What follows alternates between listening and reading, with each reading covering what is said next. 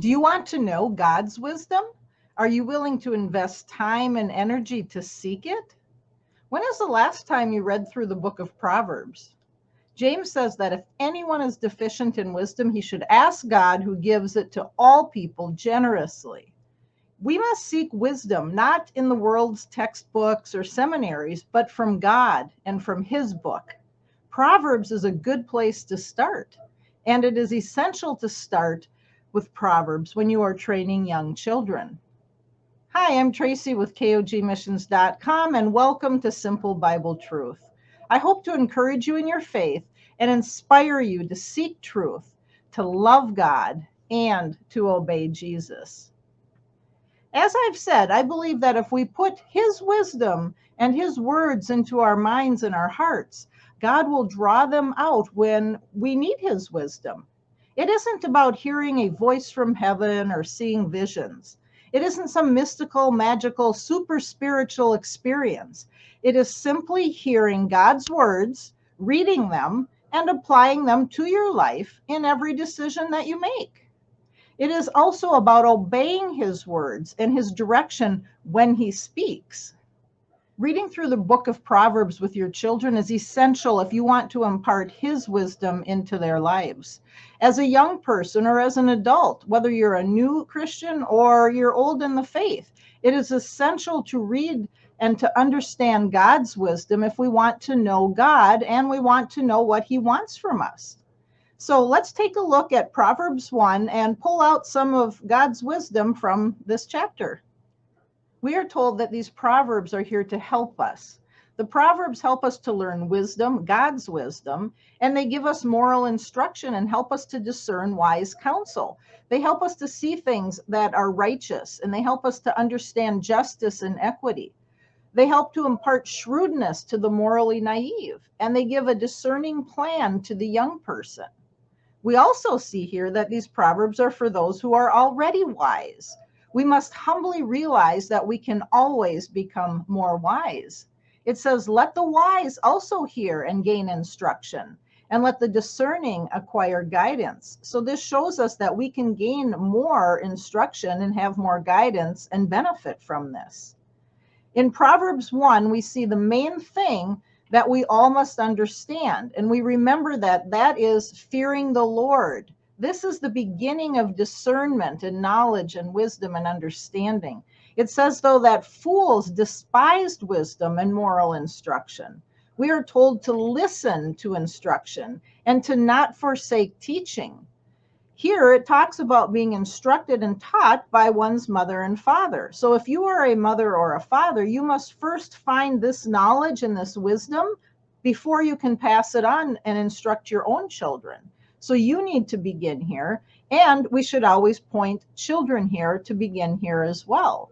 They're never too young to start learning and understanding God's wisdom compared to that of the world's. It continues on with such simple wisdom. If sinners entice you and they tempt you, it just says, don't do it. It doesn't get much simpler than that. It is up to us, and it might be not easy, but it is very simple. We need to know right from wrong, and then just don't do what is wrong, and we need to do what is right. We must be instructed in what is right so that we will know what is right and we can choose that right path. My child, if sinners try to entice you, don't consent. Again, we see how simple it is. Just don't do it. Peer pressure is even addressed. It says, even if they say, join with us, come on, be a part of the group. It says, don't go down their way and withhold yourself from their path. So don't give in to peer pressure because they want to inflict harm to you and to other people as well. We see that there are consequences for our actions. If you try to make a profit by lying and cheating, it says in the end you will lose your life. So that's good business practice, business wisdom that we should put in our mind. It's similar to smoking. People don't seem to feel or see the consequences right away, but in the end, there are bad consequences for that. Just like Adam and Eve, it said that you will surely die. Well, obviously, they didn't fall over dead immediately when they chose to disobey, but in the end, it led to death. And it says here that you can be sure that if you disregard what God says, you will lose your life. Such are the ways of all who gain profit unjustly. It takes away the life of those who obtain it. We're going to read verses 20 to the end. Wisdom calls out in the streets. She shouts loudly in the plazas. At the head of the noisy streets, she calls. In the entrances of the gates in the city, she utters her words. How long will you simpletons love naivety? How long will you mockers have delighted in mockery? And how long will fools hate knowledge? You should respond to my rebuke. Then I would pour out my thoughts to you. I would make my words known to you. However, because I have called, but you have refused to listen, because I stretched out my hand, but no one was paying attention, and you neglected all of my advice and did not comply with my rebuke, so I myself will laugh when disaster strikes you. I will mock when you experience the dread that comes. When what you dread comes like a whirlwind and disaster strikes you like a devastating storm, when distressing trouble comes on you, then they will call out to me, but I will not answer. They will diligently seek me, but they will not find me, because they hated moral knowledge and they did not choose to fear the Lord. They did not comply with my advice. They spurned all my rebuke. Therefore, they will eat from the fruit of their way, and they will be stuffed full of their own counsel. For the waywardness of the simpletons will kill them, and the careless ease of fools will destroy them.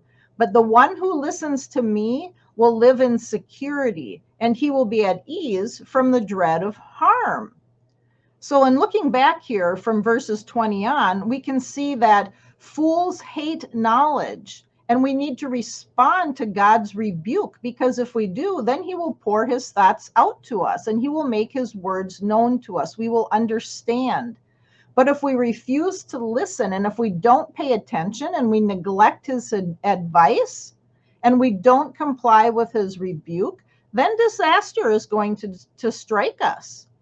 We should not hate moral knowledge. We need to choose to fear the Lord, and we need to comply with his advice and spurn his rebuke. And when we do that, we will not be a fool, and we will not be destroyed because of that foolishness. And we will live in security and be at ease.